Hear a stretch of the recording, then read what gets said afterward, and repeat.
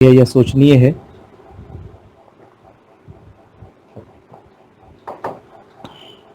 अब पता नहीं क्यों, हो सकता है कि हम लोग उनके लेवल पे खड़े नहीं उतर रहे हों, बहुत सारे विद्यार्थियों के।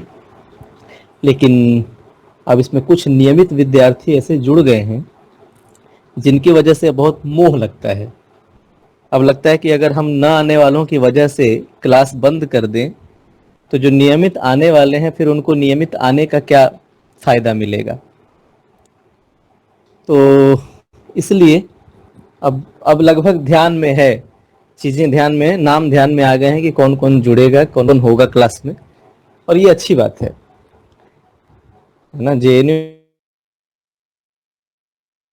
में हम लोग थे, वहां पे 35 की संख्या होती है क्लास में, तो हर शिक्षक हर छात्र को जानता है। खैर, ये सब बातें हो गई। आज हम लोग जो पढ़ने वाले हैं, जिस विषय पे चर्चा करने वाले हैं, वो विषय है कबीर पर वैष्णव मत के प्रभाव, है ना। पहले तो मैंने सोचा था कि नाथ पंथ के अलावा जो वैष्णव और बाकी अन्य सारी चीजें हैं वो सब एक दिन में ही निपटा लेंगे, लेकिन वैष्णव मत का भी प्रभाव इतना ज्यादा है, उसमें इतनी गुंजाइश है बोलने की, पढ़ने की, कि फिर संभव नहीं है कि उसके अलावा आज और कुछ देख सका जाए। तो इसलिए आज हम लोग कबीर पर वैष्णव मत का जो प्रभाव है उसको देखेंगे। और मैं फिर से आपको कह दूं कि ऐसी कोई बात इसमें मैं नहीं बताऊंगा जो आपने न सुनी हो या जो किसी किताब में न लिखी हो। ये सब आपकी किताबों में है, आपने बहुत जगह चर्चाओं में सुन रखा होगा। बस मैं एक नई दृष्टि देने की कोशिश करूंगा, या इस तरह से आपके समक्ष प्रस्तुत करने की कोशिश करूंगा कि आपको मन करे कि जाकर मैं उन किताबों को पढूं और आप जाकर के उन मूल किताबों को पढ़ें और समृद्ध हों। ये मेरा लक्ष्य है। खैर, सबसे पहले हम समझें कि वैष्णव मत क्या है ना। वैष्णव मत, जैसा कि आप नाम से ही अनुमान लगा सकते हैं, विष्णु से चलने वाला मत।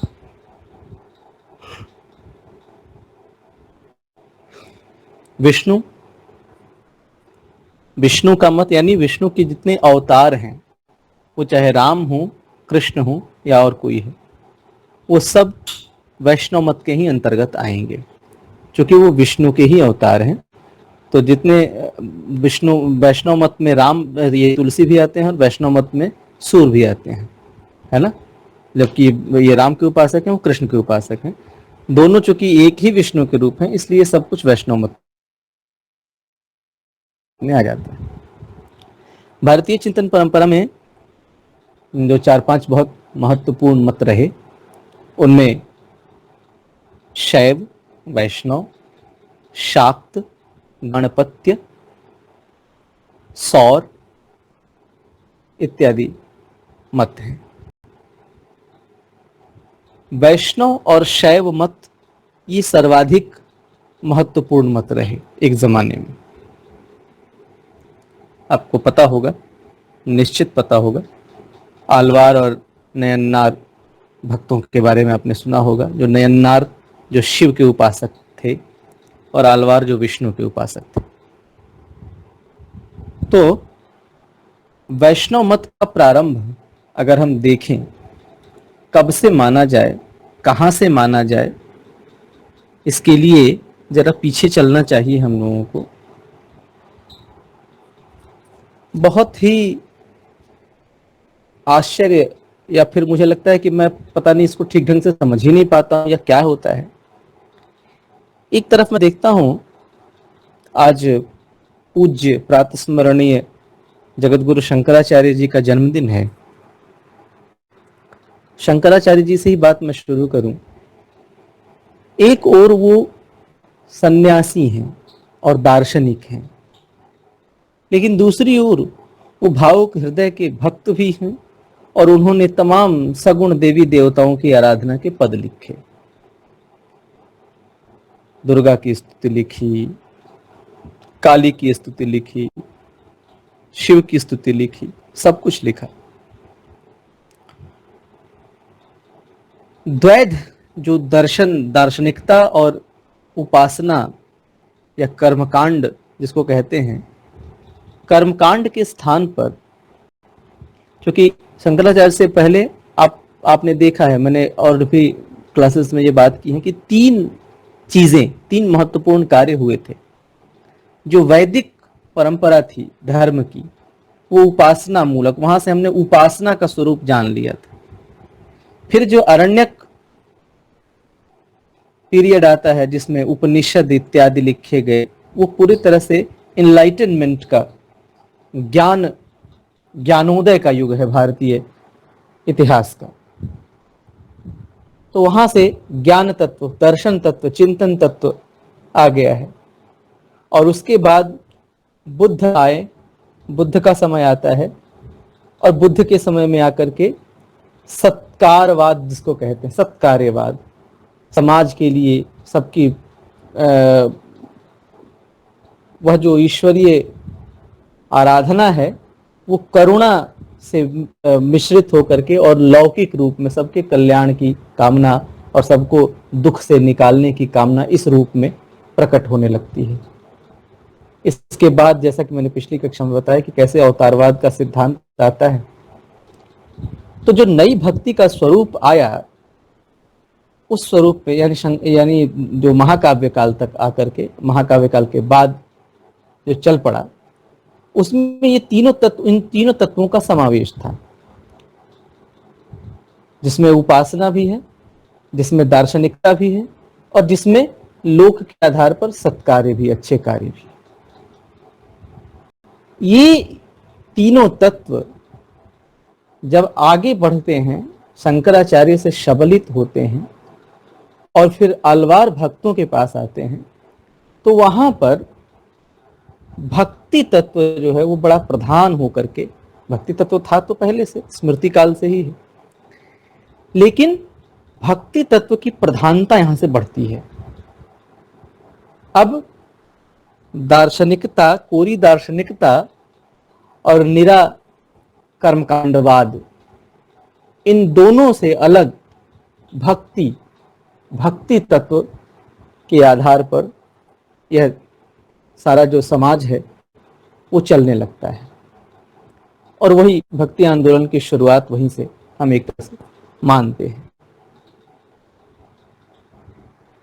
कहने का अर्थ है, आप आगे देखेंगे तो कैसे जो अद्वैत वेदांत था शंकराचार्य का, जो यह मानता था कि ब्रह्म मात्र सत्य है और यह सारा जगत जो है वो मिथ्या है, वो है ही नहीं, एकमात्र सत्य कौन है?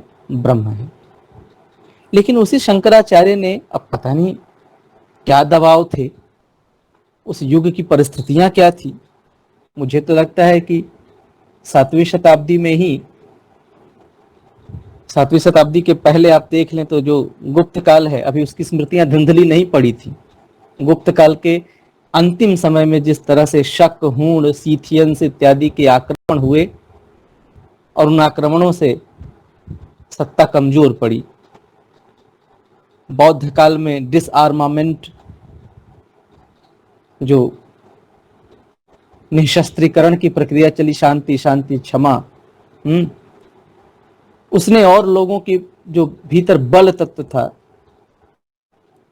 जो हिंसा की भावना थी, हिंसा की भावना मैं कह रहा हूं तो इसका मतलब मार देने की भावना नहीं, हिंसा की मूल भावना जो है वो मनुष्य को अपनी रक्षा के लिए प्रकृति ने दिया है, तो वो जो भावना थी वो कमजोर पड़ी।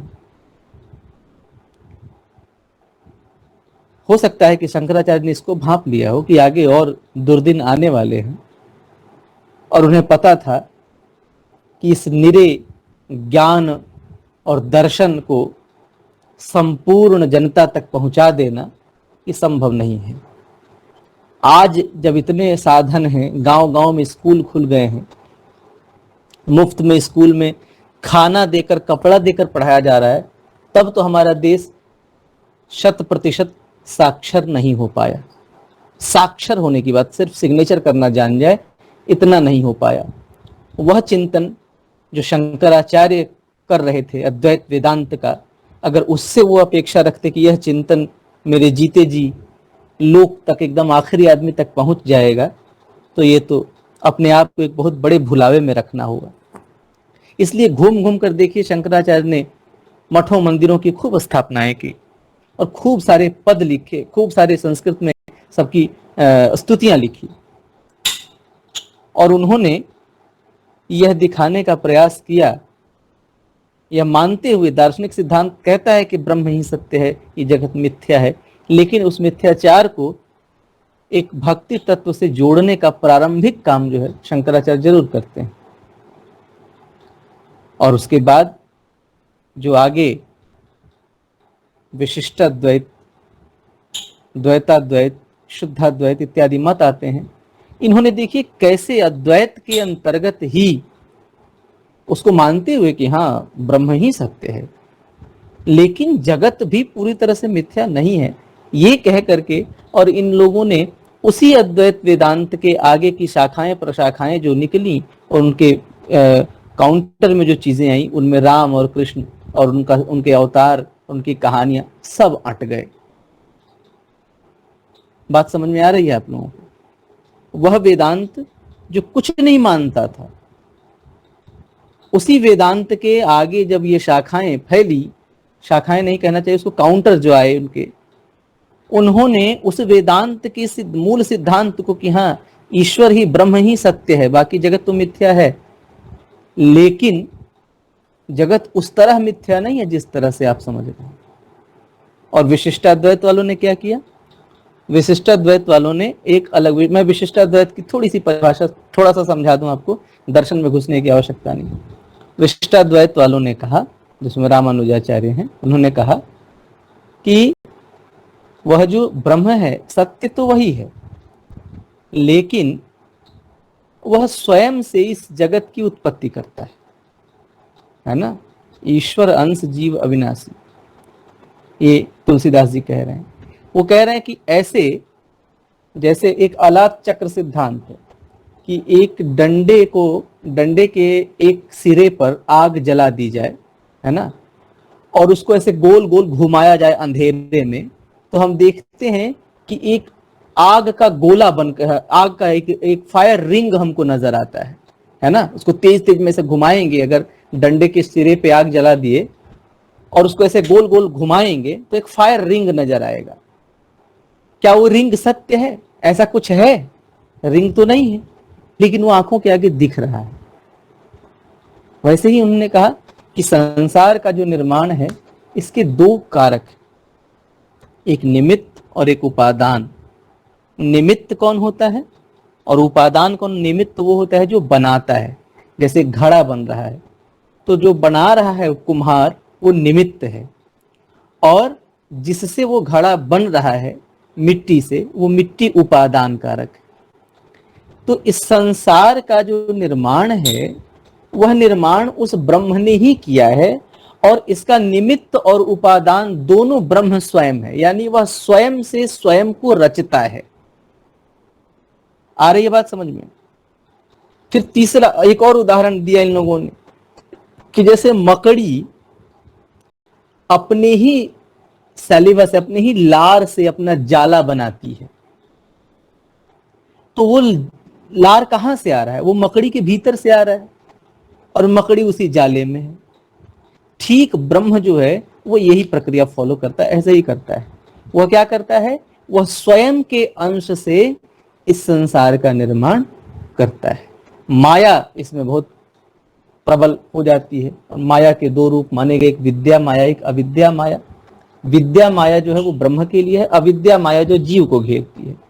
तो उसी विद्या माया के संसर्ग से, उसी विद्या माया का सहारा लेकर ब्रह्म जो है वह स्वयं से इस संसार को रचता है। इसलिए यह संसार मिथ्या तो है क्योंकि उसी से निकला है, उसी के द्वारा बनाया हुआ है, लेकिन चूंकि दिख रहा है, अस्तित्व में है, हमारे समक्ष है, और उसने बनाया है, इसलिए ये क्या है? इसमें यह उपाधि सहित है, इसका एक नाम है, इसका एक स्वरूप है मिथ्या ही। ये उसी ब्रह्म के अंश में ही इसको विलीन हो जाना है, ब्रह्म से अलग नहीं है ये। जैसे एक ही सोना, उसी से अंगूठी बनी है, उसी से कंगन बना है, उसी से कोई और गहना बना है, उसी से कोई बर्तन बना है, लेकिन मूल तत्व स्वर्ण है। वैसे ही मूल तत्व जो है वो ईश्वर, वो ब्रह्म है, और उस ब्रह्म की ही ये सब निर्मितियां हैं जो हम देख रहे हैं। इस तरह से आप देखते हैं कि इसमें राम और कृष्ण इन सब के लिए आगे चल करके रास्ते बने, इन सबको इन विद्वान आचार्यों ने उसमें समाहित किया। तो वैष्णव मत जो था, अब वैष्णव मत का जो आप मूल दर्शन देखेंगे तो दर्शन के आधार पर अगर जाएंगे तो यह शुद्ध या जो विशिष्टाद्वैत दर्शन है वो वैष्णव मत का दर्शन प्रतीत होने लगता है, प्रतीत होता है भी। लेकिन सामान्य रूप से अगर वैष्णव की बात करें, वैष्णवता की बात करें, जिसको गांधी बाद में बहुत नरसिंह मेहता का पद जो गांधी गाते थे उसमें बहुत क्लियरली जो स्पष्ट किया नरसिंह मेहता ने कि वैष्णव जन तो तेने कहिए जे पीर पर आई जाने रे। उसमें दार्शनिकता, उसमें किसी पंथ में दीक्षित होने के बाद वैष्णव बनने की बात नहीं है, बल्कि वैष्णवता चूंकि विष्णु को एक ऐसे देव के रूप में, एक ऐसे तत्व के रूप में मान्यता मिली, एक ऐसे तत्व के रूप में व्याख्यायित किया गया जो सब में व्याप्त है, जो सबके भीतर है, बराबर है, वो किसी को कम और किसी को ज्यादा नहीं मिलता, वो सब में व्याप्त है। तो ये सर्वव्यापी होने की जो अवधारणा थी, उसी अवधारणा ने यह सिद्धांत दिया कि जब एक ही ईश्वर सबके भीतर है तो हम और आप अलग अलग कैसे हुए? फिर कोई किसी को सताए क्यों, कोई किसी का बुरा क्यों करे, है ना? तो इस आधार पर जो लौकिक आचार बने, जो सामाजिक नियम बने, जो धर्म पर आधारित थे, जो इन सिद्धांतों पर आधारित थे, और मैं कहूं कि सिद्धांत नहीं कह करके उनको लोक व्यवहार कहना चाहिए, उस लोक व्यवहार को भी वैष्णवता की कैटेगरी में रखा गया, उसको भी वैष्णव व्यवहार ही संज्ञा देते हैं। अब वैष्णव में जाएंगे, जब कबीर के यहां आप जाएंगे तो जो दार्शनिक वैष्णवता है, जो दर्शन के हिसाब से वैष्णव पंथ चला आ रहा है, उस वैष्णव पंथ के हिसाब से चलेंगे तो कबीर में आपको वैष्णवता नहीं मिलेगी। क्योंकि आप अगर वैष्णव मत और वैष्णव मत के दार्शनिक सिद्धांतों को आप आधार बना देते हैं और उन सिद्धांतों को फिर खोजने का प्रयास करते हैं कबीर में, तो आपको तो वो हूबहू वो चीजें कबीर के यहाँ नहीं दिखाई देंगी। बावजूद इसके कुछ ऐसे मोटिव्स हैं, कुछ ऐसे तत्व हैं जो वैष्णव दर्शन के या वैष्णव मत के अंतर्गत बहुत प्रतिष्ठित हैं, उन तत्वों को कबीर ने जरूर वहां से ग्रहण किया। तो आपको समझ में आ गया कि वैष्णव सिद्धांत और वैष्णवता का व्यवहार ये दोनों अलग अलग चीजें हैं। यानी जो लिखित सिद्धांत, जो दार्शनिक सिद्धांत हैं, वो वैष्णवता के सिद्धांत, लेकिन उसका व्यवहारिक पक्ष, उस सिद्धांत के आधार पर जो लोक पक्ष उसका तैयार हुआ, वो उसका व्यवहारिक पक्ष है, जिसमें अहिंसा, प्रपत्तिवाद, नाम जप इत्यादि इत्यादि चीजें आती हैं, भक्ति, यह तत्व आता है। तो कबीर ने इन्हीं तत्वों को लिया। कबीर उन मूल दार्शनिकता की तरफ न जाकर के कबीर उसके व्यवहारिक रूप से चीजें ग्रहण करते हैं, और इसलिए कबीर पर जब वैष्णव मत के प्रभाव की बात की जाती है तो उसका अर्थ यह कतई नहीं होता कि कबीर को वैष्णव दर्शन के अंतर्गत लाया जा रहा है। कबीर वैष्णव दर्शन के अंतर्गत नहीं है। हज़रत द्विवेदी ने बहुत विस्तार से इस पे लिखा है, उन्होंने दर्शन के तत्व उठाए हैं और पूरी व्याख्या दी है पहले यह क्या है, और फिर उसके करने के बाद उन्होंने बताया कि कबीर के यहाँ हम खोजेंगे तो ये तरह चीजें जो है मिसिंग है, वो नहीं, वैसे नहीं मिलेंगी जैसे मूल दर्शन में है। तो कबीर में वैष्णवता कहाँ है? कबीर में वैष्णवता व्यवहारिक धरातल पर है, व्यवहार के स्तर पर है। एक पॉइंट क्लियर हुआ आपका, मुझे लग रहा है समझ में आ गया हो, अगर ना आया होगा तो अंतिम में पूछिएगा। अब हम चलते हैं, मुख्यतः 3-4 चीजें, उसके अलावा भी होंगी, हैं, आप ढूंढिएगा, आप पढ़िएगा, मिले तो मुझे बताइएगा। लेकिन मैं जो यहाँ पे 3-4 चीजें उठाकर ले आया हूं, जो मैंने सोचा कि ये चीजें अगर हम कवर कर लेते हैं तो कबीर का ज्यादातर हिस्सा कवर हो जाएगा। उसमें सबसे पहला तो यह है नाम जप, है ना। या पहले नाम जप से भी पहले मान लें कि राम तत्व, जो राम नाम है कबीर के यहाँ, वो राम नाम क्या है? वो वैष्णव संप्रदाय, वैष्णव धर्म से, वैष्णव मत से आ रहा है, लेकिन कबीर के यहाँ क्या वैसे ही है जैसे वैष्णव मत में वो बिल्कुल है, या उसका कुछ रूप बदलता है? पहले चर्चा हम इस पर करेंगे। फिर कबीर के यहाँ आप देखेंगे कि राम तत्व ले लिया, उसके बाद से नाम जप पे कबीर का बड़ा ध्यान है। नाम जप पर कबीर बहुत जोर देते हैं कि नाम का जाप करना है। और नाम जप तुलसीदास भी, तुलसी भी नाम की महिमा खूब बखानते हैं। कभी पद्मावत में जायसी ने भी रूप रेख भी निर्मल नाम कहा है। वह रूप रेख के बिना एक निर्मल नाम है।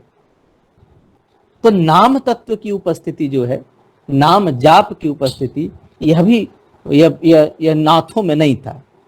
नाथों में नाम जप नहीं, यह नाम जप जो है ये वैष्णव परंपरा का नाम जप है जो आता है।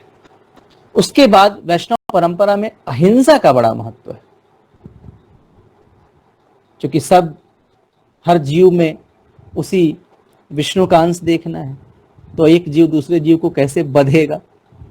इसलिए अहिंसा का तत्व जो है वह वैष्णव संप्रदाय से। और चौथा प्रपत्ति का, प्रपत्ति कहते हैं ऐसी भक्ति जिसमें अपने आप को बिल्कुल शरणागत कर दिया जाता है। अब सौंप दिया है जीवन का सब भार तुम्हारे हाथों में। यह प्रपत्तिवाद जो है ये विशिष्टाद्वैत में भी है और शुद्धाद्वैत में भी आता है। तो प्रपत्तिवाद भी कबीर के यहाँ दिखाई देता है, जो वैष्णव मत का प्रभाव है। तो इन चारों तत्वों की हम एक एक कर विवेचना करें और इसके बाद से हम वैष्णव मत और कबीर के अंतर संबंध को समझ पाएंगे थोड़ा सा। राम नाम क्या है? कबीर जो राम नाम लेते हैं वह राम नाम कहां से आया? आचार्य पंडित रामचंद्र शुक्ल के यहां अगर हम चलें तो वो कहते हैं कि इसमें कोई संदेह नहीं है कि यह राम नाम जो है रामानंद जी से ही प्राप्त हुआ है। और आगे चल करके कबीर के राम जो है वो रामानंद के राम से भिन्न हो गए। इसलिए आचार्य रामचंद्र शुक्ल ने वहीं पे लिख भी दिया है कि इसलिए हम कबीर को जो है वैष्णव परंपरा में, वैष्णव संप्रदाय के अंतर्गत नहीं रख सकते। ये संप्रदाय के अंतर्गत नहीं रख सकने वाली बात इसी कारण कह रहे हैं कि जो संप्रदाय का नाम है, जो संप्रदाय के राम है, वैष्णव संप्रदाय के राम, उनके पीछे पूरी एक विचारधारा है, पूरी एक फिलॉसफी है। कबीर उस फिलॉसफी में नहीं जाते हैं, कबीर का उससे कोई लेना देना नहीं है। तो रामानंद से आचार्य पंडित रामचंद्र शुक्ल ने यह माना कि रामानंद से कबीर राम तत्व, राम नाम लेते हैं। ये रामानंद कौन थे? रामानंद क्या थे? जो विशिष्टाद्वैत दर्शन है उसके प्रस्तोता आचार्य रामानुजाचार्य, और रामानुजाचार्य के शिष्य परंपरा में 14 पीढ़ी बाद राघवाचार्य, और राघवाचार्य के शिष्य रामानंदाचार्य या उनके शिष्य के शिष्य, ऐसे ही कुछ इनका कनेक्शन बनता है। तो ये अब कहा गया कि इनका जो यह राम तत्व है, यह राम तत्व वही जो रामानुजाचार्य का राम तत्व है, वही राम तत्व इनका भी है, रामानंद का। लेकिन आचार्य हजारी प्रसाद द्विवेदी ने यह दिखाया, हालांकि रामचंद्र शुक्ल ने इसका जरूर इशारा इसकी ओर जरूर किया था। उनका ये कहना था कि रामानंद के जो राम हैं, रामानंद जी के जो राम हैं, वो रामानंद जी के राम भी वैसे ही रामानुजाचार्य के राम से थोड़े भिन्न हो गए थे। और रामानंद रामानुजाचार्य के बिल्कुल उस पैटर्न में नहीं आते हैं, बल्कि ये कहें कि यह जो भक्ति की धारा जो दर्शन से लौकिकता की ओर बढ़ रही है, जैसे शंकराचार्य के बाद रामानुजाचार्य को हम ले सकते हैं, उसी तरह से रामानुजाचार्य के बाद उसकी अगली परिणति रामानंदाचार्य है या आचार्य रामानंद है। रामानंद ने क्या किया, उन्होंने, जैसे रामानुजाचार्य हैं, रामानंद वो मानते हैं अपने गुरु को, वो रामानुजाचार्य के मत को यानी विशिष्टाद्वैत को मानते हैं, लेकिन विशिष्टाद्वैत को मानते हुए भी वो अद्वैत को, जो मूल शंकराचार्य का दर्शन है, उससे किनारा नहीं करते। और इन दोनों को मानते हुए वो बिल्कुल जो संप्रदायवादी एक भक्ति का स्वरूप होता है, जिसमें कि हम जितनी चीजें हमारे यहाँ है उन्हीं को मानेंगे, ऐसा नहीं है, बल्कि उन्होंने बहुत सारे ऐसे आग्रह थे जिनको खोल दिया। वो राम तत्व को ले आए। जैसे रामानुजाचार्य के यहाँ जो मंत्र है वो ओम नमो नारायणाय है, नारायण विष्णु, तो नारायण में दोनों तत्व हैं, वो उसमें विष्णु भी हैं, उसमें राम भी हैं। लेकिन जब आप देखेंगे रामानंद, तो रामानंद का मंत्र जो है वो ओम रामाय नमः हो जाता है। इसी तरह से जो रामानुजाचार्य है उनका श्री भाष्य है, उनका जो मूल ग्रंथ है वो श्री भाष्य है, जबकि रामानंद का जो ग्रंथ है वो आनंद भाष्य है। इन्होंने अपना भाष्य भी अलग किया। तो परंपरा के आधार पर अगर हम देखें तो रामानंद का संप्रदाय जो है, संबंध जो है, वो रामानुज संप्रदाय से सिद्ध होते हुए भी थोड़ा अलग होता है, यह दिखाई देता है हमको। यानी कबीर के पास जो, अगर मान लिया जाए कि रामानंद से ही उनको राम मिले थे, तो यह राम उस वैष्णव सिद्धांत में बंधे राम नहीं थे, बल्कि ये राम जो थे वह राम थे जिनकी उद्भावना रामानंद ने कुछ लौकिकता और कुछ दार्शनिकता के मेल से किया था। चूंकि वेदांत में, अद्वैत वेदांत में या विशिष्टाद्वैत में, वो ब्रह्म है, और ब्रह्म के जो ब्रह्म का स्वरूप है, वह ब्रह्म का स्वरूप ही बाद में राम का स्वरूप बनता है। राम का स्वरूप कैसा है, राम के स्वरूप को किस तरह से निर्धारित किया जाए, इसके लिए अगर जब हम कबीर के पदों को देखते हैं, तो कबीर के यहाँ जो राम है वो इन वेदांत या जो विशिष्टाद्वैत है, विशिष्टाद्वैत मत के ब्रह्म का एक पर्याय जैसा बन जाता है, कि जो गुण उन्होंने ब्रह्म के बताए वो गुण कबीर ने राम के बताए। और इस प्रकार से हम देखते हैं कि वो कबीर के राम जो हैं वो उसी विशिष्टाद्वैत राम के प्रतीक जैसे, या कहें कि उसके अगले चरण जैसे हमें प्रस्तुत दिखाई देते हैं। निर्गुण राम जपहु रे भाई, अविगति की गति लखी न जाई। कबीर कह रहे हैं कि निर्गुण राम का जाप करो। अब आप चलिए वेदांत में, वहां ब्रह्म की जो बात की गई, उस ब्रह्म की बात में, ब्रह्म में यही कहा गया कि वो निरुपाधि है। तो यह जो निर्गुण कहना है, अब निर्गुण से क्या अर्थ है कबीर का? निर्गुण से जो कबीर का अर्थ है, वह यह अर्थ नहीं लेते कबीर कि वह बिल्कुल हर प्रकार से मुक्त है, बल्कि वो सत्व, तम और रज, ये तीन जो गुण हैं, इन तीन गुणों से उसको मुक्त पाते हैं। क्योंकि आप देखिए, आज रविंद्रनाथ टैगोर ने लिखा, जब हम ब्रह्म को बिल्कुल निरपेक्ष सत्ता मान लेंगे, तो हमारे पास भक्ति के लिए स्कोप नहीं रह जाएगा। कैसे नहीं रह जाएगा? क्योंकि अगर हम मान लें कि वो बिल्कुल निरपेक्ष सत्ता है, हमारे कुछ भी करने से उसको कोई लेना देना नहीं है, बल्कि वो अपने आनंद में मग्न है और हम सब तो मिथ्या हैं, तो हमारी भक्ति का उसके ऊपर क्या असर पड़ेगा? वो क्यों खुश होने लगा हमारी भक्ति से? रविंद्रनाथ टैगोर ने लिखा कि हम कभी लोहे के टुकड़े की भक्ति नहीं करते, हम किसी ऐसे ही पत्थर दीवार की भक्ति नहीं करते, लेकिन हम जब वो मूर्ति बन के हमारे सामने आता है तो हम उसके यहाँ ध्यान लगाते हैं। क्यों? क्योंकि उसमें एक भावना का आरोपण होता है ना। हम ये मान लेते हैं कि ये ईश्वर का प्रतिरूप है और ये हम पर कृपा करेंगे, हमारी प्रार्थना को सुनेंगे। तो अगर कबीर अपने राम को बिल्कुल उस वेदांतियों के राम जैसा मान लेते कि वो हर चीज से बिल्कुल मुक्त है, किसी भी प्रकार से, किसी भी विकार से, हर प्रकार से मुक्त है, तो कबीर के पास भक्ति के लिए स्कोप नहीं बचता। तो कबीर के यहां जो राम है या जो ब्रह्म का स्वरूप है, वह ब्रह्म इच्छा से रहित नहीं है। उस ब्रह्म के भीतर भी इच्छा तत्व है। वह हमारे सुख दुख से, हमारे जप से प्रभावित होने वाला है। इसलिए कबीर उसके जप की बात करते हैं। निर्गुण राम जपहु रे भाई। अब इस्लामी खुदावाद का भी प्रभाव, लोग कहते हैं कि एकेश्वरवाद, जो इस्लामी खुदावाद है, जो इस्लाम के खुदा हैं, वो क्या है? वो उसी प्रकार के एक शासक है, एक शास्ता है, जो पूरे संसार से बिल्कुल अलग बैठे हुए। लेकिन कबीर कह रहे हैं कि नहीं, वो अलग नहीं है, वो सब में समाया हुआ है। बात समझ में आ रही है आप लोगों को? थोड़ा टफ हो रहा होगा क्योंकि दार्शनिक पहलू है, तो थोड़ा लग रहा होगा बात, लेकिन आप देखिए इस चीज को ध्यान से। तो कबीर के राम, मैं बता रहा हूं कि कैसे उस वेदांत के राम से, रामानंद के राम से, इस्लामिक खुदावाद से, इन सब चीजों से कबीर के राम भिन्न कैसे हैं।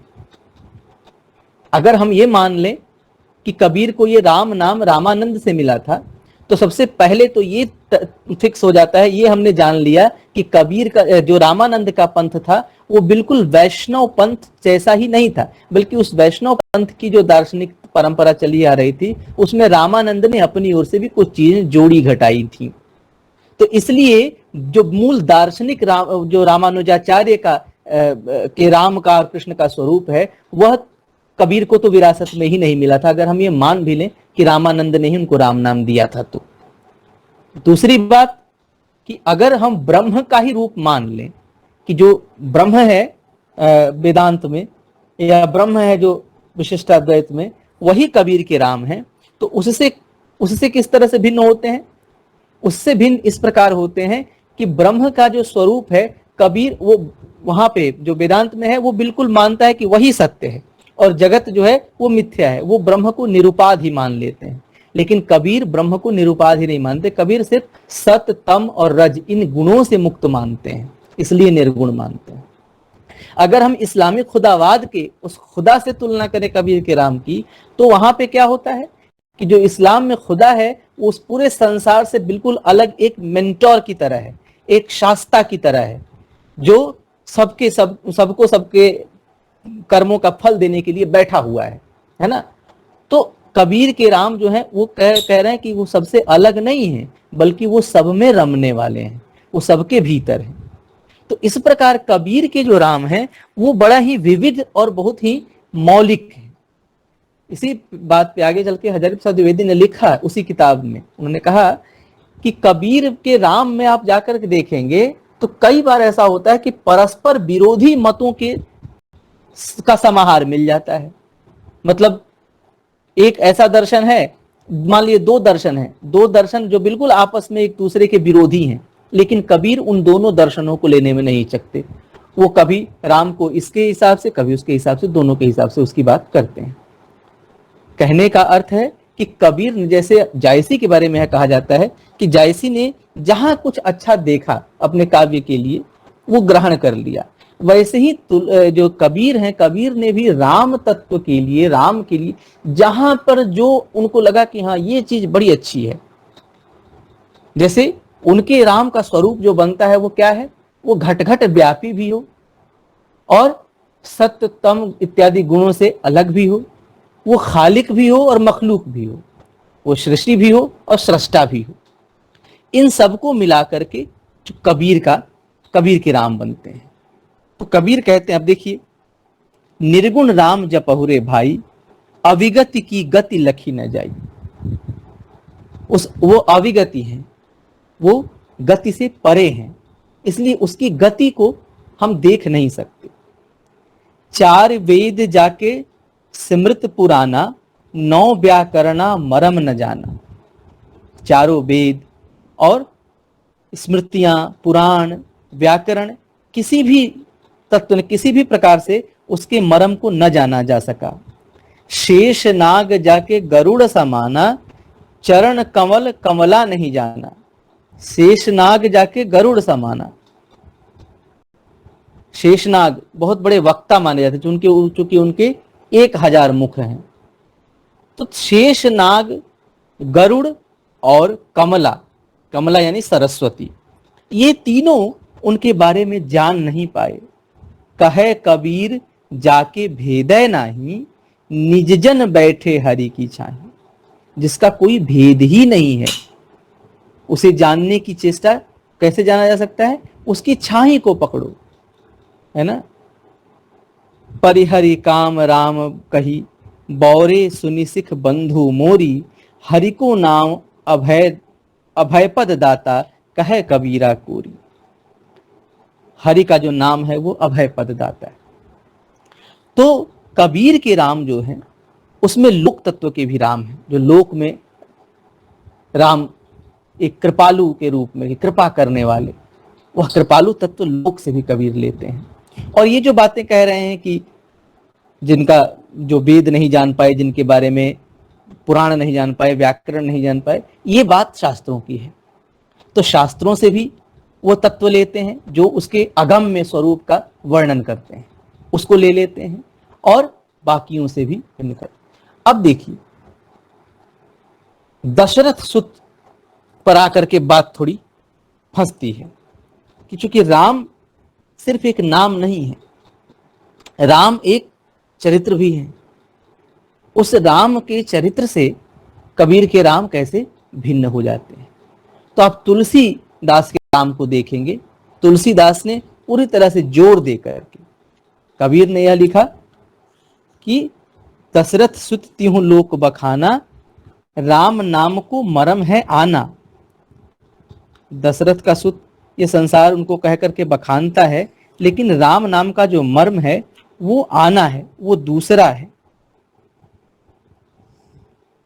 और तुलसीदास वो जोर देकर के कहते हैं कि दशरथ सुत ही राम है ना। कहते हैं, पार्वती उनसे शंका जाहिर करती हैं कि ये जो राम है, ये अगर ब्रह्म है तो ये राजा के पुत्र कैसे हुए? अगर ये निर्लोभ हैं, हर चीज से मुक्त हैं, तो ये पत्नी के वियोग में रो कैसे रहे हैं? तो शिव जी वहां पे लगभग डांटते हैं, और शिव नहीं डांट रहे हैं, तुलसीदास डांट रहे हैं कि एक बात नहीं मोहे सुहानी, यद्यपि मोह बस कहेहु भवानी। तुम जो हा राम को आना, जेहि श्रुति गाव धरहि मुनि ध्याना। कहीं सुनहि अस अधम नर, ग्रसे जे मोह पिशाच। पाखंडी हरिपद विमुख, जानहि झूठ न साच। और तमाम यहां से बहुत भर्त्सना की है, और अंतिम में जाकर के वो कह देते हैं तुलसीदास कि जेहि इमि गावहि वेद बुध, जाहि धरहि मुनि ध्यान। सोई दशरथ सुत भगत हित, कौशलपति भगवान।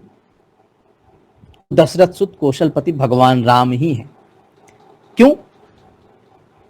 अब हम ये कहें कि कबीर सही है कि तुलसी सही है ना, इसी बात पे तो सबसे ज्यादा बवाल हो जाता है। किसको लेके चले, किसके मत को माने? दरअसल ये वैसा भेद है नहीं जैसा हम बना देते हैं। जो मत सगुण पंथ को मानते हैं, जो वेदांत या जो हमारे दार्शनिक ग्रंथ हैं, जो हमारा पूरा दर्शन है, जो पुराण है, जो सगुण को मानते हैं, वो सगुण को किस रूप में मानते हैं? वो ये नहीं कहते कि ये आदमी जो है वही भगवान है, बल्कि वो ये कहते हैं कि सगुण रूप को साधना जरा कठिन है, निर्गुण रूप को साधन, निर्गुण का साधन करना वो है कठिन है। क्योंकि निर्गुण वो है नहीं, न दिखता है, न उसका कोई नाम है, न किसी उपाधि में आ सकता है। तो उस तक पहुंचने का रास्ता क्या हो? उस तक पहुंचने का रास्ता वही सगुणत्व है, कि हम सगुण में पहले उसको देखना प्रारंभ करें और फिर सगुण से निर्गुण की ओर जाएं। इसलिए इतनी भर्त्सना करने के बाद तुलसीदास भी जाकर के अंतिम में कहने लगते हैं कि बिनु पद चलई सुनई बिनु काना, कर बिनु कर्म करें। तो राम तो ऐसे नहीं है, राम का तो रूप है। तो जब राम को आप कह रहे हैं कि राम ही भगवान है, तो फिर ये कहने की क्या आवश्यकता है? कहने की आवश्यकता इसलिए है क्योंकि वो जिस तरह से सगुण और निर्गुण को हम बिल्कुल एक दूसरे से अलग मान लेते हैं, वैसे नहीं है। हमारे मूल ग्रंथों में ऐसा कहीं नहीं है। वो कहते हैं कि निर्गुण ही मूल, वो ईश्वर का जो स्वरूप है किसी ने देखा नहीं है, निर्गुण तो है ही, लेकिन वहां तक जाने के लिए हमें सगुण रास्ते अख्तियार करने, वो जो समय समय पर अपने भक्तों की अपने अपने बनाई दुनिया में जब इस तरह से आवश्यकता उसकी पड़ती है तो वो आ जाता है। और जिसने सारी दुनिया बनाई उसके लिए एक रूप बनाकर, स्वयं का रूप बनाकर प्रकट हो जाना, ये कौन सी बड़ी बात है। इसलिए वो मानते हैं कि वो उनका सगुण अवतार संभव है, वो हो सकते हैं। तो दशरथ सुत से भी कबीर के राम जो है वो अलग हैं। कबीर दशरथ सुत की मान्यता को नहीं मानते। कबीर ये कह रहे हैं कि वह जो राम है वो घटघट, चूंकि दशरथ सुत जैसे कह देंगे तो दशरथ सुत से उनको लग रहा है कि फिर घटघट व्यापी राम का और सबसे अलग रहने वाले राम का, रज तम और सत्य गुण से युक्त मुक्त राम का चरित्र हमारे लिए फिर असाध्य हो जाएगा, वो कैसे हम कर पाएंगे। तो इस तरह से आपने देखा कि जो राम तत्व है वह राम तत्व बड़ा विविध है, बहुत ही व्यापक है और उसको बहुत ज्यादा सतर्कता से समझने की आवश्यकता है। अब आते हैं नाम जप पर। नाम जप के लिए कबीर के यहां जो नाम जप है वह क्या है। कबीर के यहां नाम जप का जो अर्थ है, जो निहितार्थ है, वह यह है कि हम साधना को, अपनी साधना को निरंतर ऊपर की ओर लेके जाएं। मतलब यह है कि हम कुछ भी, कोई भी काम कर रहे हैं या कुछ भी कर रहे हैं तो हमारा ध्यान जो है, आपने देखा इसके पहले हम लोगों ने नाथ पंथ का जो उन पे प्रभाव पढ़ा है, उस नाथ पंथ के प्रभाव में हमने पढ़ा कि कैसे गोरखनाथ कह रहे हैं कि ये रज और बिंदु से बने हुए शरीर को पहले मिटाना है, जलाना है तप से, और उस शरीर को जला देने के बाद तब मोक्ष के अधिकारी तुम होगे। तो कबीर जो यहाँ पे नाम जप की बात कर रहे हैं वह नाम जप भक्ति भाव, चूंकि वो इस जो वैष्णव परंपरा है उस वैष्णव परंपरा में है कि नाम जपने से हमारा उद्धार होगा, वही ईश्वर जो है वो हमारा उद्धार करेगा। और नाम जपना जैसे महामंत्र का जाप होता है किसी भी अन्य विचारधारा में या किसी भी अन्य दार्शनिक पद्धति में या अन्य उपासना पद्धति में, जो मंत्र जाप का फल है वो नाम जप से मिलेगा। तो ये पूरी तरह से कबीर का जो नाम जप है वह ईश्वर की आराधना का एक अंग बनता है। जबकि तुलसी के यहां आप जाकर के देखेंगे तो नाम जप वहां जाकर के बिल्कुल अलग हो जाता है। तुलसी के यहां नाम जप क्या है पहले उसको समझें, फिर कबीर वाला अपने आप स्पष्ट होगा। तुलसी की 3 पंक्तियां ध्यान में रखिएगा नाम जप को लेकर के। एक जगह तुलसी कहते हैं कि देखियत रूप नाम आधीना, रूप जो है वो नाम के अधीन होता है। दूसरी जगह फिर कहते हैं कि अगुण सगुण बिच नाम सुसाखी, उभय प्रबोधक चतुर दुभाखी। और एक जगह कहते हैं कि तीसरी चौपाई मुझे याद नहीं आ रही, क्षमा कीजिए। ये 2 चौपाइयां, ये 2 जो पंक्तियां आपको मैंने सुनाई वो ध्यान रखिए। तुलसीदास के लिए नाम के अधीन है रूप, क्योंकि रूप की सहूलियत तुलसीदास के पास है। तुलसीदास के राम सगुण राम है। अब राम का जो रूप है वह रूप क्या है। रूप का अर्थ यहां पे सिर्फ और सिर्फ उनका फेस नहीं है, रूप का मतलब है उनका पूरा का पूरा विग्रह, पूरा चरित्र उनका।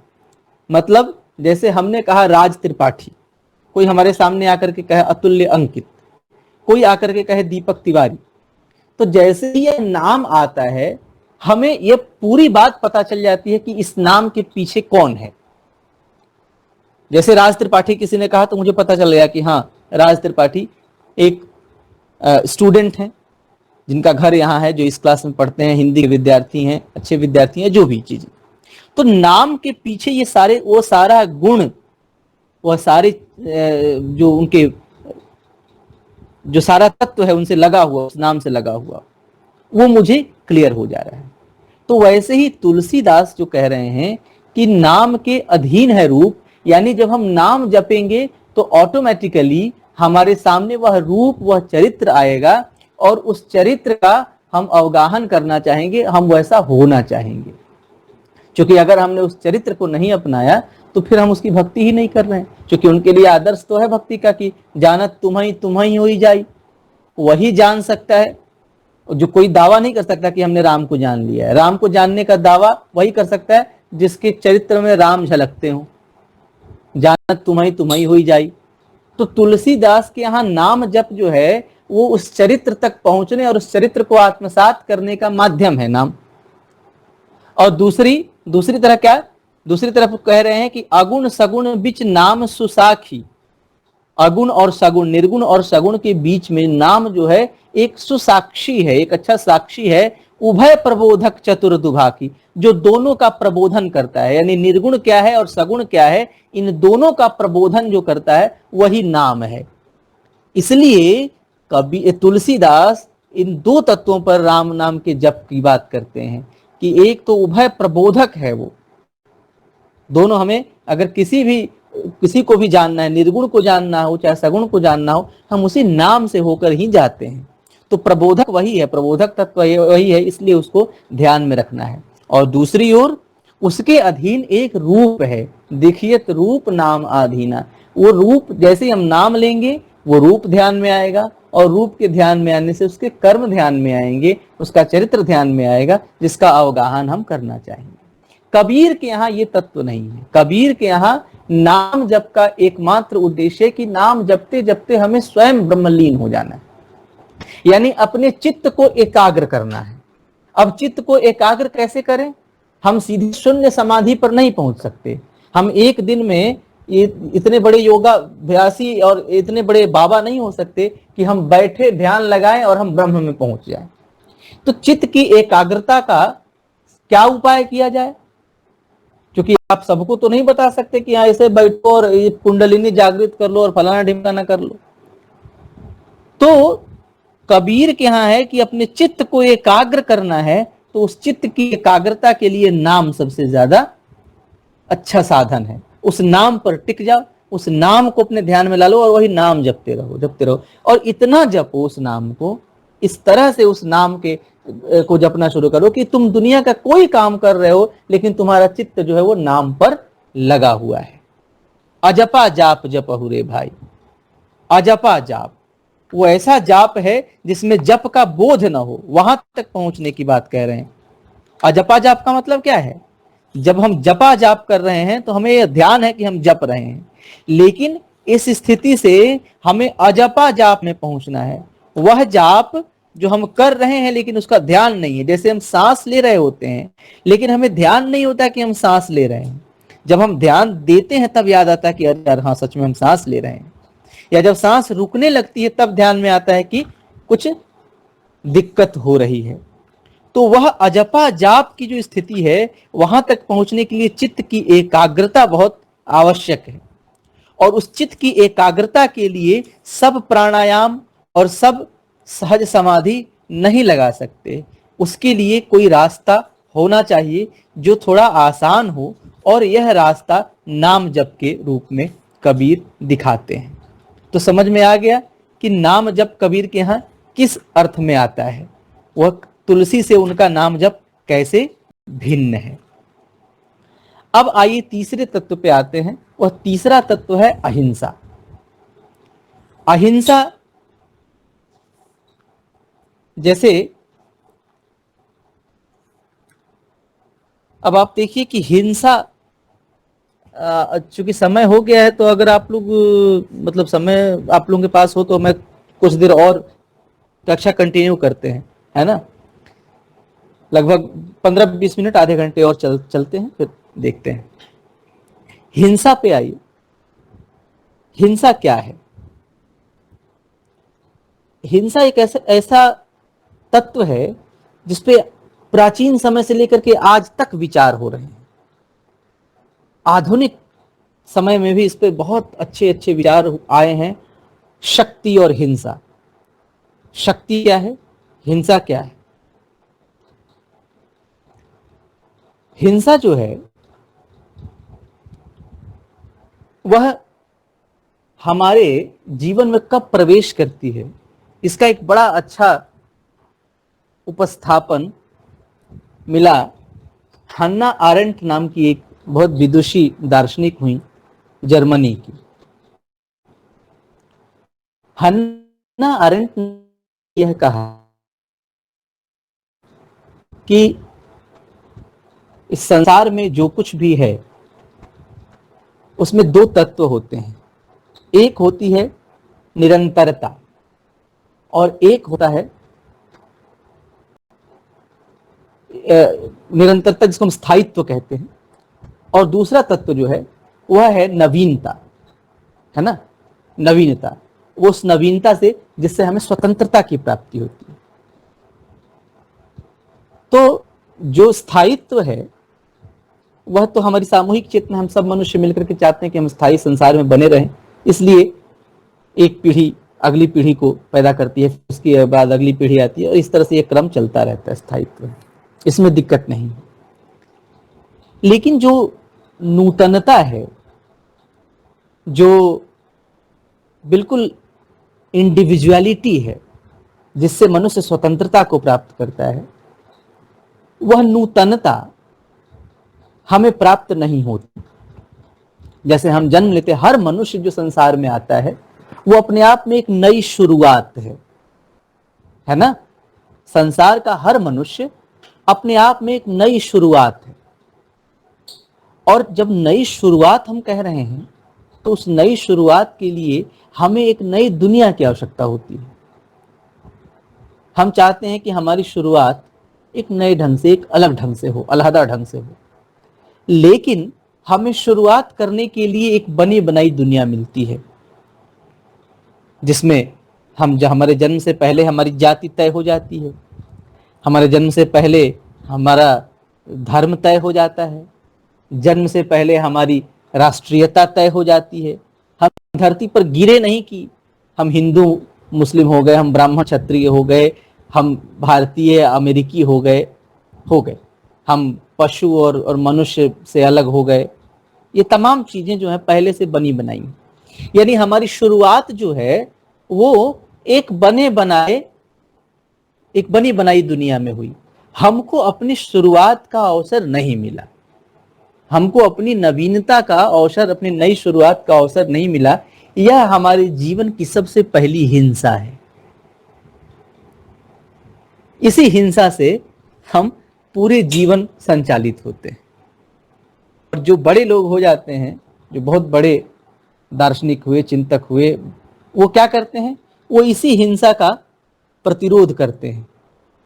वो अपना नयापन इस प्रकार अपने आप को व्यक्त करते हैं कि वो बिल्कुल नए प्रकार की एक दुनिया अपने आसपास बना देते हैं, अपने ढंग की एक दुनिया बना। उनके पीछे अनुयायी हो जाएंगे, सब हो जाएंगे, लेकिन उनकी दुनिया बिल्कुल एक,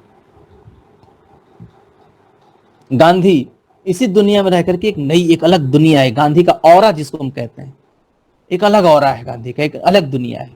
ईसा मसीह, बुद्ध, ये सब जो है ये नई दुनिया वाले लोग हैं। इन्होंने अलग अपनी दुनिया बना दी उसी दुनिया के बीच, इसलिए हिंसा के बाहर हुए। लेकिन हम साधारण मनुष्य जो हैं, हम सभी उसी हिंसा में जीते हैं। अच्छा, दूसरी बात क्या है? शक्ति क्या है? क्योंकि शक्ति और हिंसा का बड़ा आपस में महत्व वो है। शक्ति से हिंसा भी की जाती है। तो शक्ति क्या है? शक्ति की जो परिभाषा दी गई कोशों में, तो एक तो वेबस्टर का जो कोश है उसमें शक्ति की परिभाषा यह मिलती है कि शक्ति वह क्षमता है जिससे परिणाम उत्पन्न होते हैं, है ना। वह क्षमता जिससे कोई परिणाम उत्पन्न होता है वो शक्ति है। लेकिन इसमें देखें तो दो चीजें, अच्छा, हमारे अपनी परंपरा में भी शक्ति का जो स्वरूप है, शक्ति जो बनता है, तो शक्ति में शक धातु और कतिन प्रत्यय, पाणिनि के अनुसार। शक धातु वही सकने के अर्थ में, शक धातु कतिन प्रत्यय, यानी इसका भी अर्थ लगभग वही हुआ जो वो कह रहे हैं कि परिणाम उत्पन्न करने की क्षमता, वही शक्ति। लेकिन इसमें दो चीजें उपेक्षित रह गई। एक तो ये कि वह जो क्षमता आ रही है, उस क्षमता का स्रोत कहां से आएगा, उस क्षमता का स्रोत क्या है।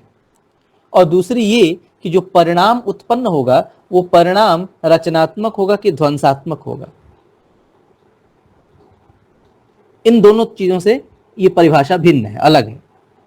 तो हमारी परंपरा में शक्ति की परिभाषा के लिए आप जब जाएंगे अमरकोश में, तो अमरकोश में उन्होंने नागोजी भट्ट का जो यह है, या देवी सर्वभूतेषु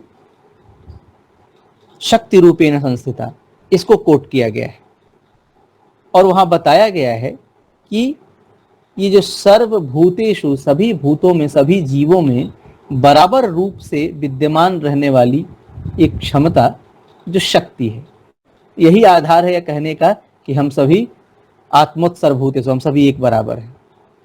और उसके उदाहरण में दुर्गा लिखा गया। दुर्गा, अब दुर्गा की उत्पत्ति पे अब जाइए, दुर्गा कैसे उत्पन्न होती हैं? सारे देवताओं के तेज से मिलकर के दुर्गा की उत्पत्ति होती है और अल्टीमेटली दुर्गा करती क्या है? वो दुष्टों का नाश करती हैं, बुराइयों का नाश करती हैं और अच्छाइयों की स्थापना करती हैं। तो यहाँ पे कहने का अर्थ क्या निकला, शक्ति की परिभाषा क्या निकली कि सामूहिकता के योग से अर्जित क्षमता जो सामूहिकता के हित में परिणाम दे, वही शक्ति है। क्योंकि सारे देवताओं की सम्मिलित रूप से दुर्गा बनती हैं और वो दुर्गा फिर दुष्टता का नाश करके और अच्छाई की स्थापना करती हैं। तो क्या अर्थ निकला इसका? अर्थ ये निकला कि सामूहिक प्रयास से अर्जित वह शक्ति, वह क्षमता जो कल्याणकारी रिजल्ट दे, कल्याणकारी परिणाम दे, वो और सबके हित का परिणाम दे, सामूहिक परिणाम दे, वही शक्ति है। अब आइए हम कबीर की ओर चलें। जो अहिंसा तत्व है वह कबीर ने वैष्णव परंपरा से निसंदेह लिया। लोक में भी अहिंसा का जो स्थान है वो बड़ा ऊंचा माना जाता है। कबीर को ये लग रहा है कि जब हमने एक बार ये कह दिया कि भाई वो सब में रमता है, तो फिर हिंसा के लिए कोई स्कोप बचा नहीं। और इन्हें बड़ा अजीब लगता है कि दिन को रोजा रखत हैं, रात हनत हैं गाय।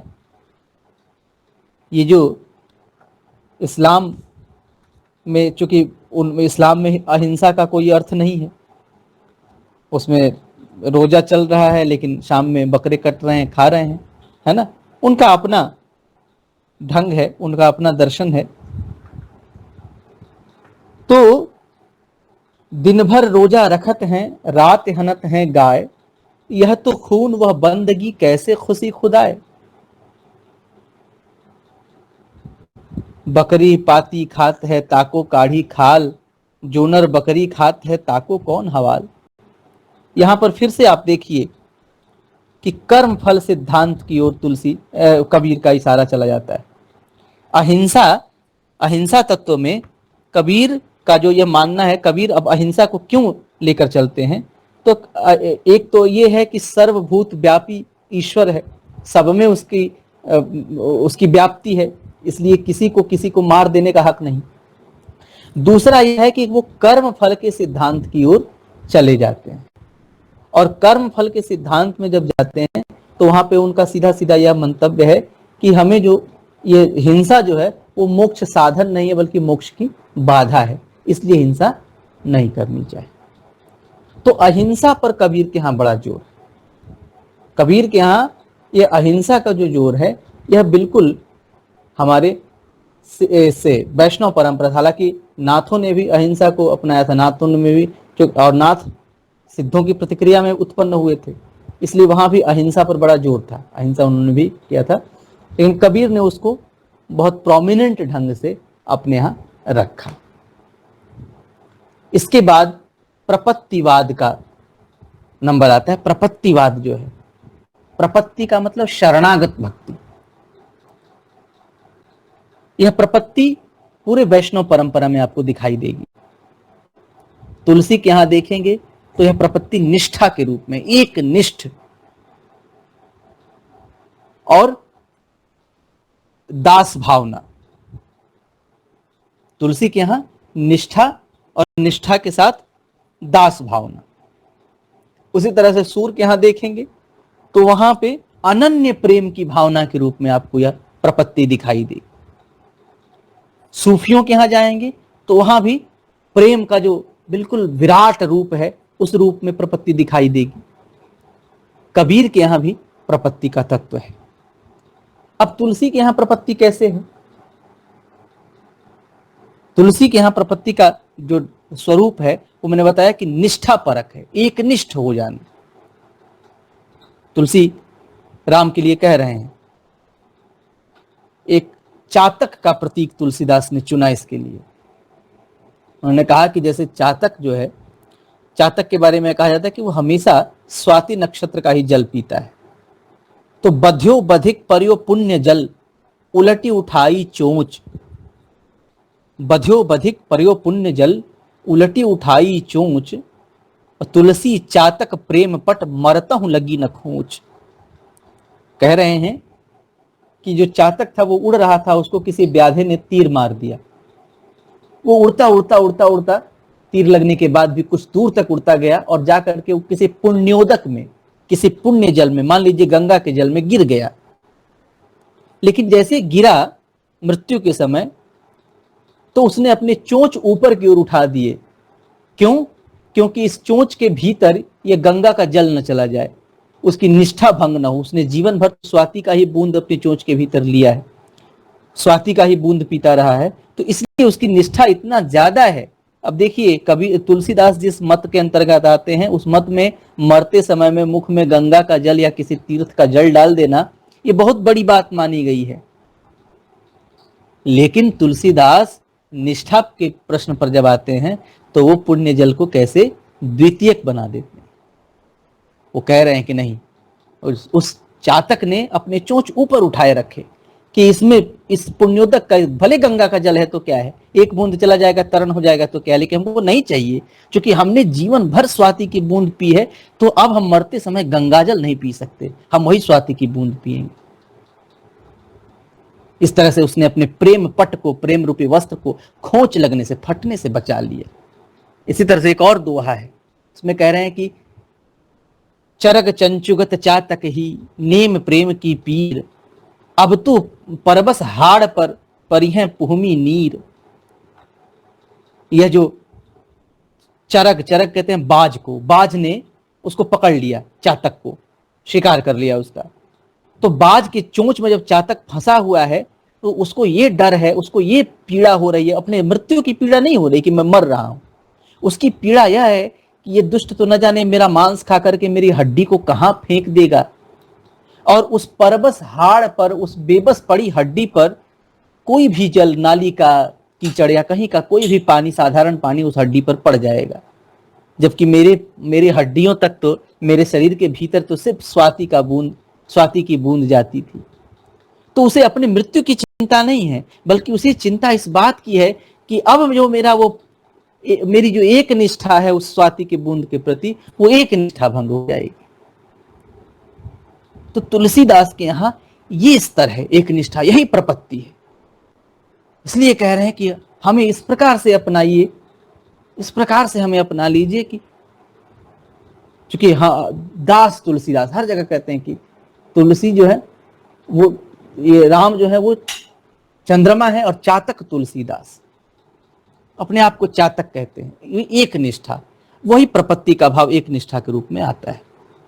और दास से भाव से भक्ति करते ही, एक भरोसो, एक बल, एक आस विश्वास। उसी तरह देखिए, सूर के यहां आप जाइए, सूर की जो गोपियां हैं वो कितनी अनन्य भक्ति रखती हैं कृष्ण के प्रति। उद्धव आए और उद्धव ने आकर के गोपियों से कहा कि तुम लोगों ने सुना, तुम लोग तो झूठ मूठ का यहाँ पे कृष्ण कृष्ण की हुई हो, वहां वो तो कुब्जा के साथ रास रचा रहे, कुब्जा से उनको प्रेम हो गया है। तो गोपियों ने सुना, और सुनने के बाद से गोपियां जो प्रतिक्रिया देती हैं वो कितना अद्भुत है, सुनिए। गोपियां कहती हैं कि ब्याह लाख धरे 10 कुबरी, अंतहि कान्ह हमार। यह असीस हम दे ही सूर सुन, नात खसय जनिबार। वो चाहे लाख ब्याह कर लें, चाहे 10-10 कुबरी रख लें, लेकिन अंततः कृष्ण हमारे हैं, और हम उन्हें अभी भी आशीर्वाद दे रही हैं कि नहाते समय उनका रोआ भी न टूटे, नहात खसाए जनी बार, बाल भी उनका न टूटे। हम उनके लिए बुरा तो सोच ही नहीं सकते। हाथ खसाए जनी बार। इतनी निष्ठा है कृष्ण के प्रति। उधो मन न भये 10-20, एक हो तो सो श्याम संग गयो, को अवराधे ईस। हे उधो, 10-20 मन नहीं होते, एक ही होता है।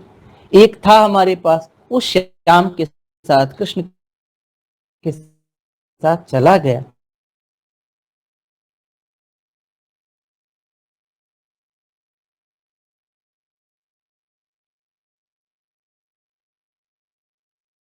अब कौन मन बचा हुआ है कि तुम्हारी इस निराकार की? कोई नहीं।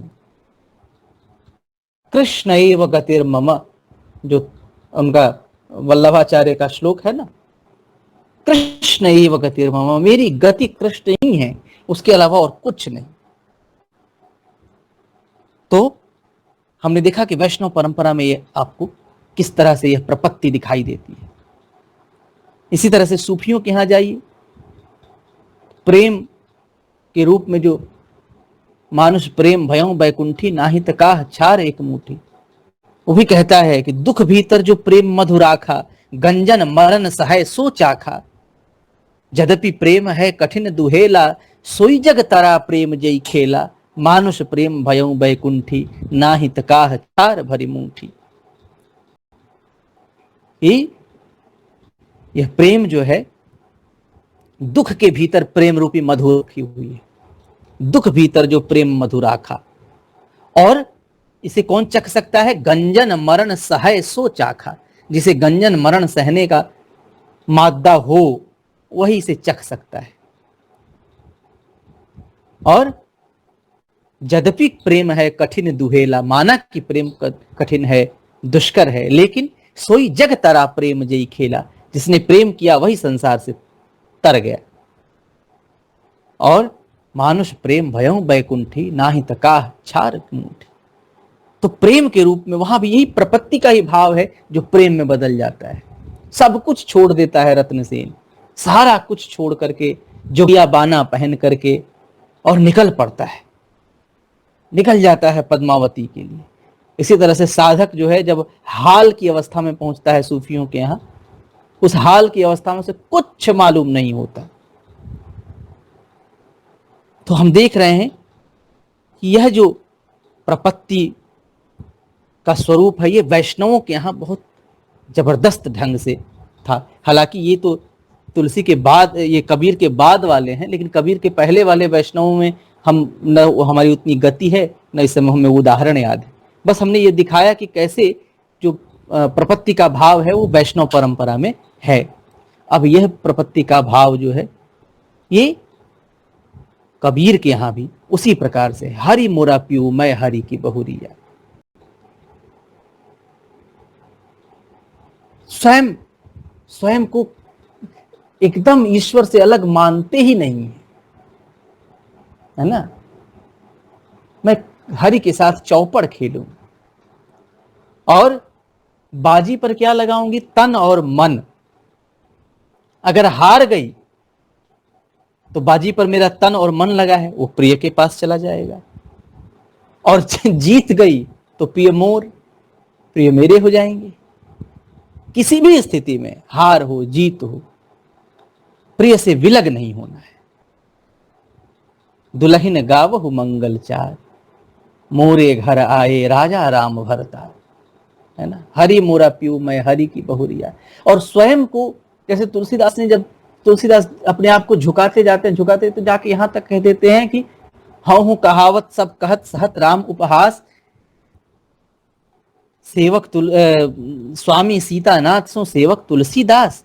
सब कहते हैं और मैं भी कहवा कहवा करके खुश होता हूं। राम का उपहास होता है। क्या बात क्या हो गई कि साहेब सीतानाथ सो, सीतानाथ भगवान राम जैसे साहेब, और चाकर तुलसीदास, और इस निकृष्ट तुलसीदास इस चाकर। तो जैसे अपने आप को निकृष्ट तुलसी कह रहे हैं, कबीर भी उसी तरह से अपने आप को ले जाते हैं। राम के आगे जब जाते हैं तो हरि मोरा पियू मैं हरि की बहुरिया, तो फिर भी ठीक है। हरि जननी मैं बालक तोरा, तुम माँ हो और मैं बेटा हूं, हरि जननी मैं बालक तोरा। और उसके बाद कबीरा कूता राम का मुतिया मेरा नाम, गले राम की जीवड़ी जित डोले तित जाऊं। मैं कुत्ता हूं राम का, और मेरे गले में राम ने फंदा डाल रखा है। कबीरा कूता राम का, मुतिया मेरा नाम। तो आदर्श द्विवेदी ने लिखा कि जो मुतिया नाम रखा उसमें कितनी जो करुणा है, वही प्रपत्ति का लक्षण है। एकदम निरीह होकर के कि प्रभु हमारे बस में कुछ नहीं है। मानुष हो तो वही रसिकान बसों ब्रज गोकुल गांव के ग्वारन, जो पशु हो तो कहा बस मेरो। अगर पशु ही हो गया तो मेरा बस ही क्या चलेगा प्रभु। जो पशु हो तो कहा बस मेरो। वही कबीर कह रहे हैं कि मैं कुत्ता हूं, कबीरा कूता राम का, मुतिया मेरा नाम, और गले राम की जेबड़ी जित डोले तित जाऊं। जहां राम जाएंगे वही वही मैं जाऊंगा। हरि जननी मैं बालक तोरा। बालक जैसे मां छोड़ दे तो बालक एक दिन में मर जाए, वैसे जुड़े हुए रहने का भाव है, प्रपत्तिवाद का भाव। अब यहीं पर आता है ये जो एक प्रश्न उठता है कि कबीर क्या हर स्थिति में निर्गुण तो नहीं रह पाते। इन सारी स्थितियों में कबीर जो है वो सगुण की ओर झुका, उनका जो प्रतीक लेते हैं वो सगुण प्रतीक की ओर दिखाई देने लगते हैं। क्योंकि निर्गुण की साधना वो सिर्फ और सिर्फ हठ योग और कर्मकांड वाली स्थिति से होती तो निर्गुण की साधना संभव थी कि हम हठ योग, हम ध्यान लगा के बैठे। लेकिन कबीर का रास्ता सिर्फ हठ योग नहीं है, कबीर का रास्ता है प्रेम। और प्रेम तत्व कबीर सांसारिक प्रेम अगर करते हैं तो कबीर ईश्वर से भी प्रेम करने की बात करें। वहां जब तक संबंध नहीं बनेगा, जब तक हवा से प्रेम नहीं किया जा सकता, जब तक संबंध नहीं बनेगा, जब तक एक दूसरे को देखेंगे नहीं, किसी रूप में कल्पना नहीं करेंगे, तब तक प्रेम नहीं होगा। तो इसलिए प्रेम तत्व जब आ जाता है कबीर के यहाँ तो कबीर भूल जाते हैं कि हम कौन से निर्गुण की बात कर रहे थे कि किसकी बात कर रहे थे। किसी चीज से मतलब नहीं रहता फिर कबीर को। कबीर के आगे सिर्फ और सिर्फ उनके ब्रह्म रहते हैं। और कबीर में जब बालक जैसी भावना आती है तो वो ब्रह्म सामने वाला माँ हो जाता है। जब स्त्री की भावना होती है तो सामने वाला जो वो पति हो जाता है, प्रेमी हो जाता है। जब स्वामी की भावना, जब स्वयं में, जब ब्रह्म के प्रति स्वामी की भावना से भरते हैं तो स्वयं कुत्ते के रूप में आ जाते हैं। एकदम निरीह पशु जिसके गले में एक बड़ा सा फंदा डाल करके स्वामी ने पकड़ लिया हो, जहां जहां जा रहा है वहां वहां उसका जाना ही उसकी नियति है। तो ये प्रपत्ति जो कबीर के यहाँ आपको दिखाई दे रही है, यह भी वैष्णवता का ही एक अंग था जिसे कबीर ने अपने ढंग से व्यक्त किया। इन तत्वों के अलावा एक तत्व और जो मुझे इस समय याद आ गया, माया। अब जो वैष्णव परंपरा में माया है, वह माया, उसमें दो प्रकार की माया, शुरू में ही हमने बताया कि दो प्रकार की माया बताई गई। एक माया जो ब्रह्म की है, जिसे विद्या माया कहते हैं, और दूसरा जो अविद्या माया है, जो जीवों में व्याप्ति है। कबीर यहां पर हम देखें तो वो विद्या माया से वह माया जो इस संसार की कर्त्री है, जिसके सहारे या जिसके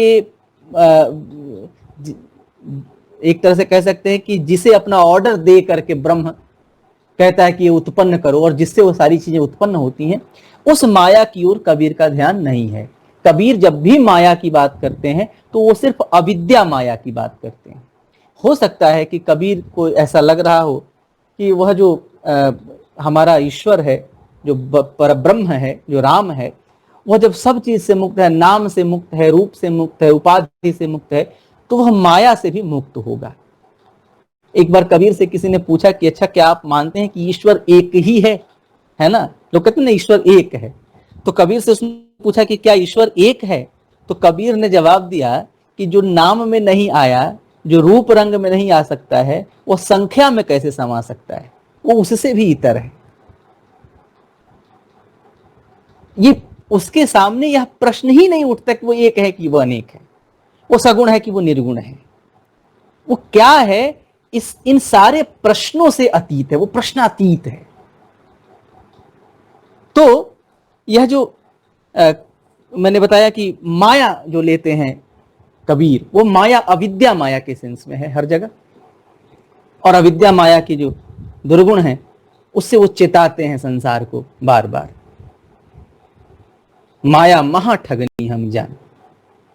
और फिर वो कहते हैं कि माया हम ही नहीं, ये हम ही से नहीं खाली, बल्कि ब्रह्मा विष्णु महेश तक को नहीं छोड़ने वाली है। केशव के कमला हुई बैठी, शिव के भवन भवानी है, पंडित के घर गई तो ये हो गई, पोथी हुई बैठी, पंडित के पोथी हुई बैठी, उसी में फंसा रह गया बेचारा। तो माया, कहीं कहीं उसी माया को वो ठग के रूप में, ठग के प्रतीक में कबीरदास उसको व्यक्त करते हैं और कहते हैं कि ये सारा संसार जो है, कौन ठगवा नगरिया लूटल हो, ये किसी ठग ने इस नगरी को लूट लिया है। कौन ठगवा नगरिया लूटल हो, चंदन काठ के बनल खटोलना, ता चढ़ी दुल्हिन सूतल हो। चंदन काठ का खटोलना, सारे सुख और ऐश्वर्य को जमा पूंजी के रूप में लगा देना, वह सारा सुख और ऐश्वर्य जमा कर लिया गया। चंदन काठ के बनल खटोलना, ता चढ़ी दुल्हिन सूतल हो। उसके ऊपर दुल्हिन जो है, वो आत्म तो जो वो मनुष्य जो है वो सोया हुआ है। ता चढ़ी दुल्हिन सूतल हो। और आए जमराजा पलंग चढ़ी बैठे। उसे लगा कि यहाँ पे नहीं आएंगे, लेकिन यमराज वहां भी आ गए और उस पलंग पर चढ़ कर बैठे। आए जमराजा पलंग चढ़ी बैठे, तब नैनन आंसू छूटल हो, कौन ठगवा नगरिया लूटल हो। और उस समय में क्या होता है फिर, तब याद आता है, किसकी याद आ रही है, विद्या अविद्या माया को। अच्छा, विद्या माया वो है दीदी, जैसे कहा गया ना कि ब्रह्म तो हर चीज से मुक्त है ना, ब्रह्म निरुपाधि है, ब्रह्म बिल्कुल विकार रहित है। तो ब्रह्म कोई कार्य नहीं कर सकता, क्योंकि उसको करने के लिए हाथ पैर की आवश्यकता नहीं होती, वो उन सब चीजों से भिन्न है। वो बस चाहता है ना। जो जायसी लिख रहे हैं कि उसने जो चाहा सो बन गया। तो ईश्वर ने तो चाहा, लेकिन यह तत्व है कि फिर ईश्वर ने ऐसा चाहा क्यों, या ईश्वर ने जो निर्माण किया, उस जो भी इस सृष्टि को बनाता है, उसमें अपने आप को उससे फर्क करने के लिए एक ऐसा तत्व चाहिए जो कि उससे इतर चीजों को रचे, उसके लिए बनाए। एक तरह से कह लीजिए कि माया जो है वो ब्रह्म की दासी है। तो जो माया ब्रह्म के आधार पर काम कर, जिसको योग माया भी कई जगह कहा गया, जो ब्रह्म के आधार पर कहा गया, जो ब्रह्म के साथ है, वो माया जो है वह विद्या माया है। वह संसार की उत्पत्ति की कारक है, वह संसार की उत्पत्ति में ब्रह्म की सहयोगिनी है। यानी उसी के लिए, उसी को प्रकट करने के लिए ईश्वर जो है वो संसार की उत्पत्ति करता है। लेकिन एक अविद्या माया है जो जीवों को ग्रस्त करती है, जो हमें उस पर ब्रह्म से अलग होने का बोध देती है। यह जो अविद्या माया और विद्या माया का फर्क है। माया और स्त्री के संबंध को समझा दीजिए। देखिए सोनू, माया और स्त्री का ऐसा कोई संबंध नहीं है कि माया स्त्री ही हो सकती है, माया पुरुष ही हो सकता है। ये जिस समय ये ग्रंथ रचे जा रहे हैं, उस समय का बोध है वो। मैंने कहा ना कि मध्यकालीन बोध उसका एक बहुत बड़ा अंग है, एक आयाम है मध्यकालीन बोध। तो मध्यकालीन बोध में यह जो चिंतन की पूरी प्रणाली है, उस पूरे चिंतन प्रणाली में स्त्री को एक तरह से रुकावट माना गया। वो चाहे सूफियों के यहाँ हो, वो चाहे वैष्णवों के यहाँ हो, चाहे निर्गुणों के यहाँ हो, सबके यहाँ। तो इसलिए जो ऑब्स्टिकल वाली जो ये चीज थी माया, उसको हो सकता है कि उन्होंने स्त्री के रूप में रख दिया। इससे ज्यादा माया और स्त्री का कोई इस तरह का संबंध नहीं बनता। तो आइए हम वो अंतिम पद जो देख रहे थे उसे पढ़ने के बाद, माया के बाद हम खत्म करें। तो कौन ठगवा नगरिया लूटल हो, आए जमराजा पलंग चढ़ी बैठे, नैनन आंसू छूटल हो। तब जब नैन से आंसू निकलने लगे, उस समय फिर क्या है कि आओरी सखी मोरी मांग सजाओ, दुल्हा मुंह से रूठल हो। अब दुल्हा कौन है, वही ब्रह्म है। उस दुल्हा की याद अब आ रही है और उस दुल्हा को लुभाने के प्रयत्न शुरू है। मांग बहोरो, मांग सजाओ, यानी सौंदर्य। यह सौंदर्य क्या है, यही भक्ति है।